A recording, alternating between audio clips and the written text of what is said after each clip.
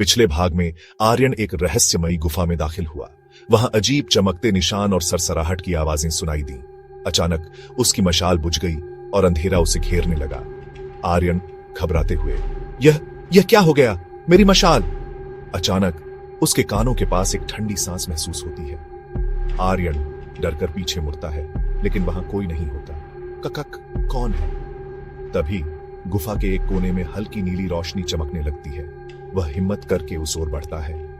दीवारों पर अजीबोगरीब चमकते हुए निशान साफ दिखने लगते हैं। ये वही निशान है जो उसने गुफा के बाहर देखे थे, लेकिन अब वे बदल रहे हैं, जैसे कोई उन्हें लिख रहा हो। तभी पीछे से एक जोरदार धमाके की आवाज आती है। आर्यन तेजी से पलटता है। वहां एक पुराना पत्थर का दरवाजा खुल चुका है और हल्की रोशनी में उसने देखा दीवारों पर अजीब आकृतियां अब हिल रही थीं, जैसे वो जीवित हो गई हो। लेकिन इससे भी भयानक था वो साया जो ठीक उसके सामने खड़ा था। लंबी काली परछाई जिसकी आंखों से नीली रोशनी झांक रही थी।